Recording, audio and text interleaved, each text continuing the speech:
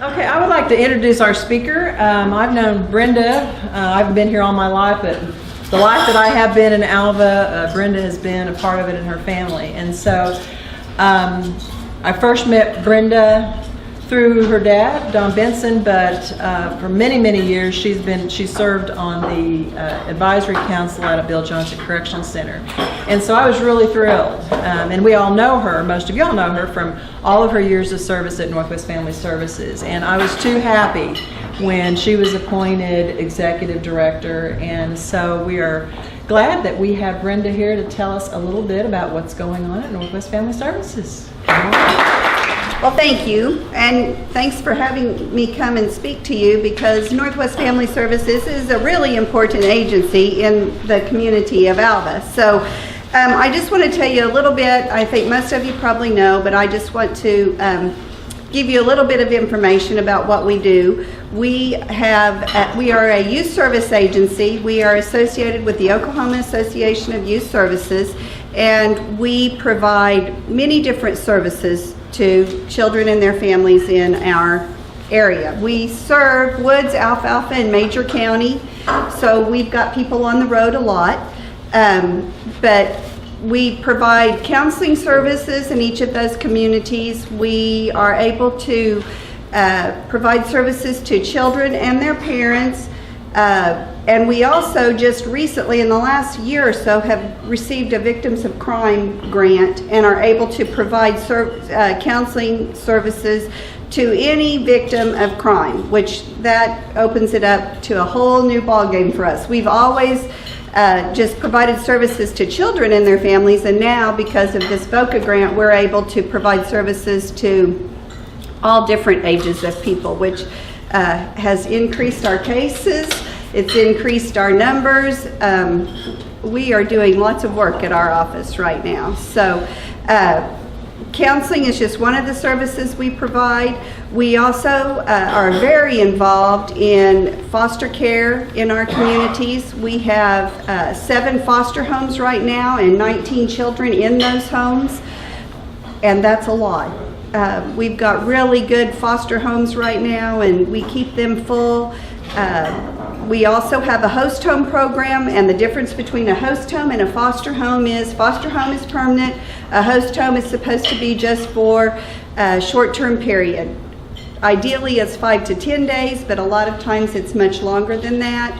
But right now, DHS is not putting as many children in those host homes because they have come up with a plan where they need to have kids in foster care immediately. So that's kind of the reason that we went to the foster care program as well, is because that's what DHS wants done, and that's who we're there to help serve, is DHS, to help provide care for those children. We also have a TSET program, which is the Tobacco Settlement Program. That is healthy living / tobacco free. We're trying to get places, agencies, other businesses, communities, schools to pass tobacco free policy and healthy living policy. We have 2 workers that serve Woods, Alfalfa, and Major County in that program as well. You'll see them around Alva, Fairview, Cherokee, wherever you might be, they'll be around trying to get the word out about healthy living and tobacco free. We have a program that's called Within My Reach. It is a relationship program that is designed for single people before they get into a relationship. It's a 15-week program, and it helps you make good decisions about those relationships that you might get in.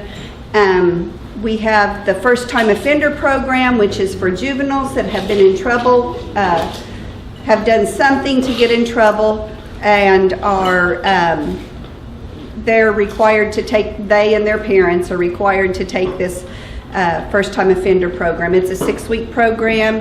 They meet 2 hours for 2 hours once a week for 6 weeks, and those kids are referred by the court or by the Office of Juvenile Affairs to our program for that. Trying to think if I've missed any. Oh, we have a community resource program, which is a program where our worker works closely with the school counselor and other agencies in the community to provide services to those kids that are at risk of homelessness. Which homelessness is a very broad term. That does not mean that they actually don't have a home. A lot of teenagers are going from house to house, staying with friends. We call them couch surfers. They're staying on people's couches, and they're not staying in their homes, or they're living with friends or something. So they aren't true homeless, but in the big picture, they are homeless. So those are just some of the services we provide. We did have a parenting program, which I did for 20 years. And it was an in-home parent education program where we went into the homes and provided services to the parents and with their children from birth, well, actually prenatal, to the age of 5. But that program was with the health department, and the health department, if you don't know, they have a little bit of financial problem right now. And so we had a contract with them to provide that service, and unfortunately that was one of the contracts that they decided not to continue with.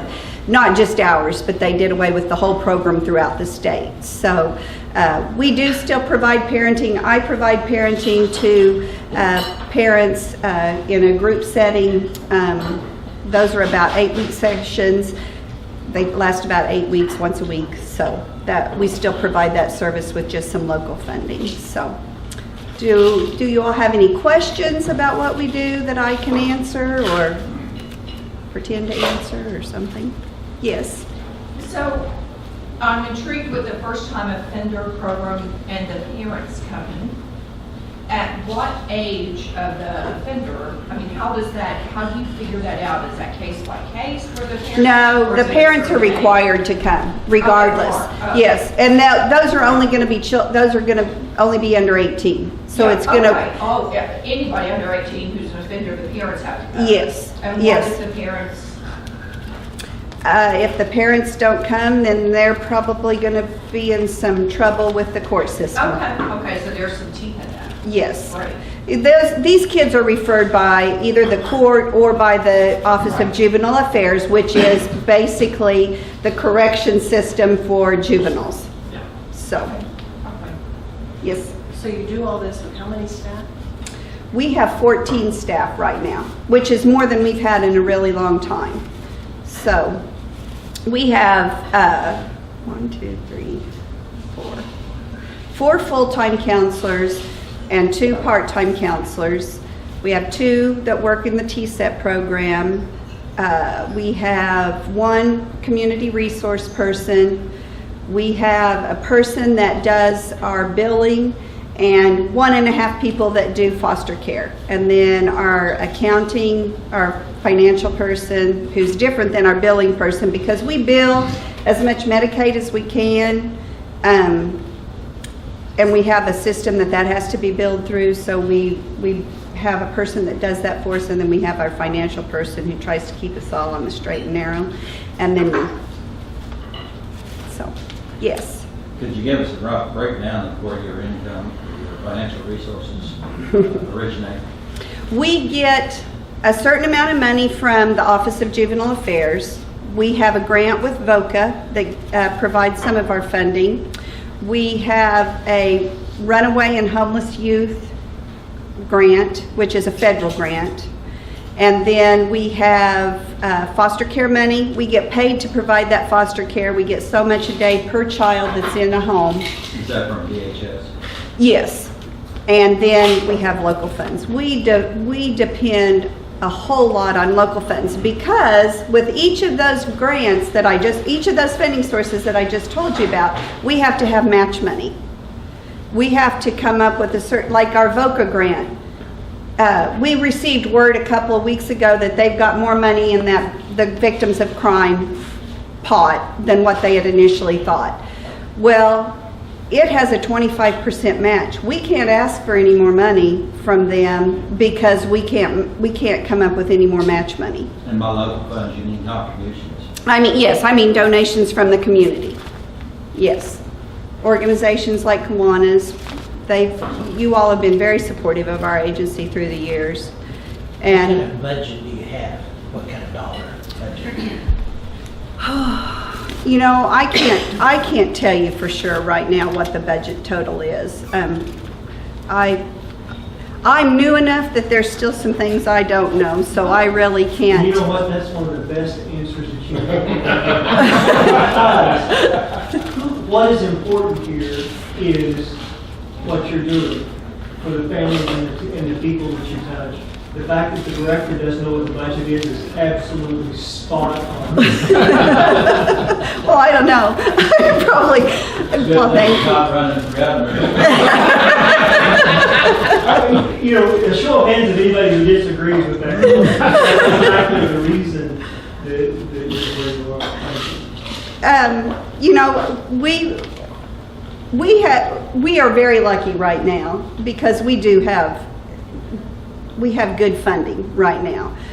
But we know that the Office of Juvenile Affairs is getting ready. We have to redo that contract every 3 years. We're on our 3rd year.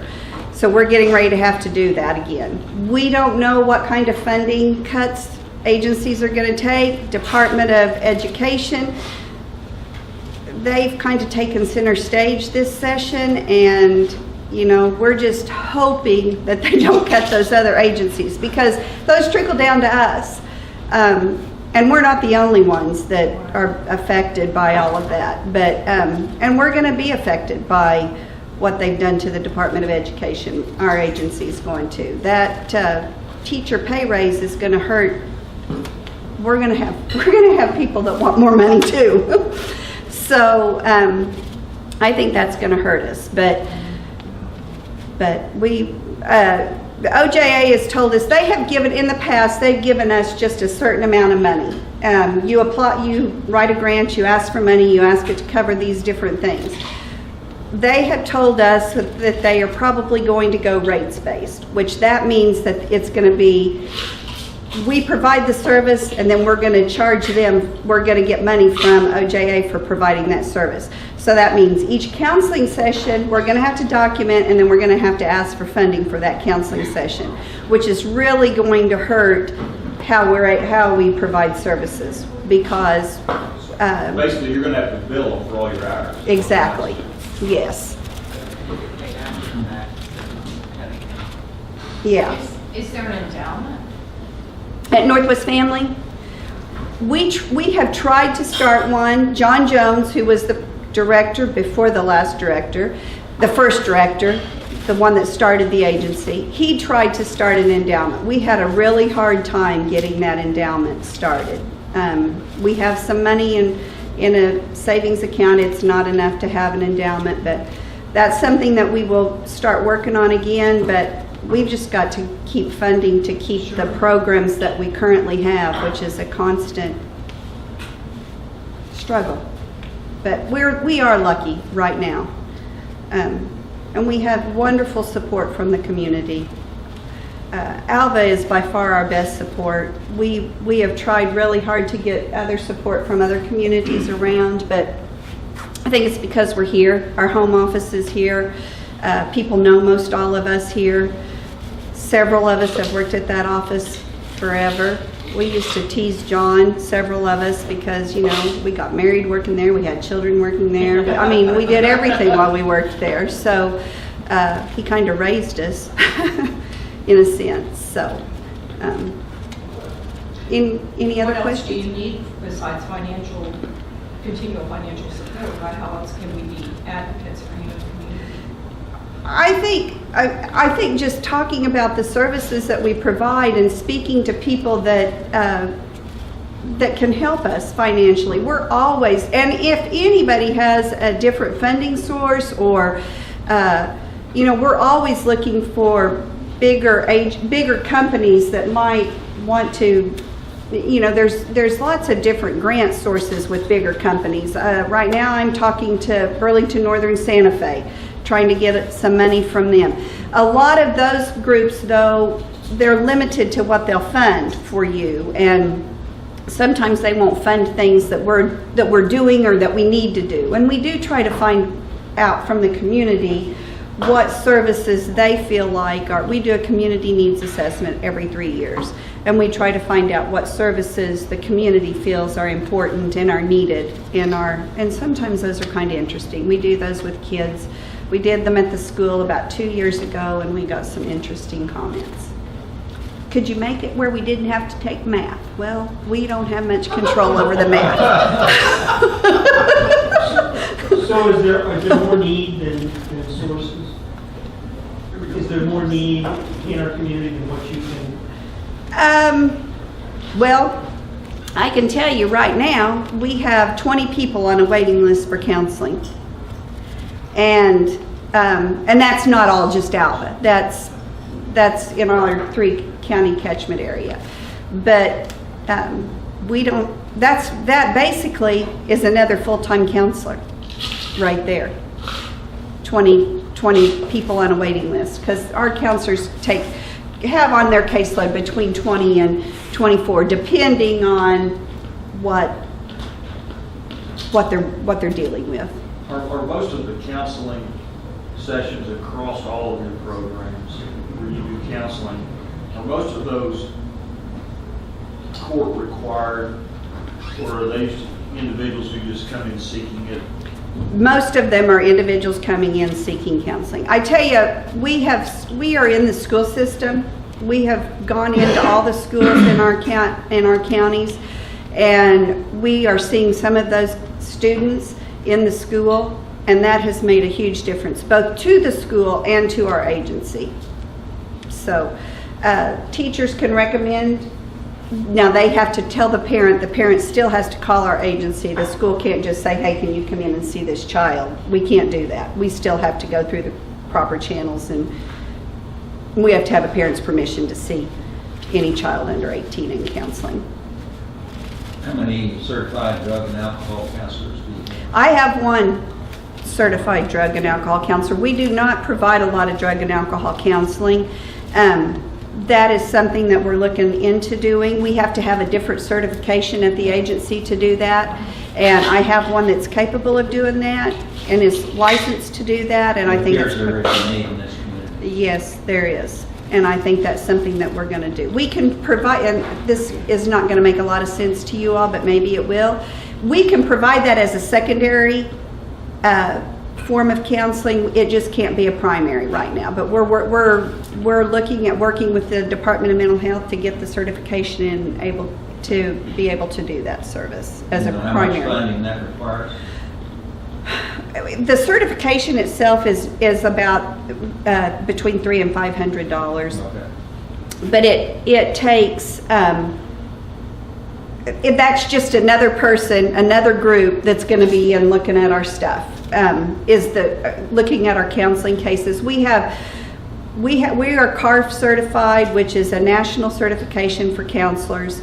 And then we're a part of, like I said, the Oklahoma Association of Youth Services, OJA, DH. Each of our funding sources come in and look at our programs, look at our case files. You have to do this for this grant, you have to do this for this grant, you have to do this for this grant, and I'm going to tell you that not one of those is the same. So our cases on kids and families are about this big, because we have to have 10 forms for this grant, 25 for this grant, and 30 for this, and none of them has to, well, they aren't the same thing. So it's just going to be, it's basically we're paying them to come in and check our stuff, and it's a licensing process, and we feel comfortable in the fact that we are going to be able to get that relatively easy. And would that program be reimbursable, or would that be totally out of pocket by? The $300? No, I'm talking about of the service. If I needed alcohol counseling, it would be totally out of pocket from me. No, none of our services are, nothing that we do we charge for, except for, and I forgot, we do a parenting through separation and divorce class. in Woods and Alfalfa County and Major County. That's a program that any parent that is getting a divorce that has children under the age of 18 has to come and participate in that class. It's a one-time class, 3-hour class, but you can't get a divorce if you have children in any of those counties without doing that. The judges order that program. So, and that program is we charge $30 to provide that service. Anything else we do is free of charge. We do bill Medicaid if we have clients that if we have kids that are on senior care or something. So we're providing all of our services for If nothing. you had a drug and alcohol counselor, that would be billable to the state. If they had Medicaid, but only that. So, any service that we provide, So are any of these services, these counseling services, are you billing any private or any other insurance companies besides? no, we do not. That's a whole different thing to bill an insurance company, Because you're nonprofit. because we're a nonprofit. So, I have a brochure that just tells you basically what I've told you. Maybe it's told you a little more eloquent than what I did. But again, I'm at the office. I think our phone number is on here. I would be happy to answer any questions. And if any of you are a member of another organization that you would like for me to come and speak at, please get a hold of us. Get a hold of me at the office. I would be happy to come and speak to any groups about Northwest Family Services. I think it's a wonderful agency, and I think it's provided lots and lots of services through the years to lots of families. And I think it's an important asset to our community. So I'll just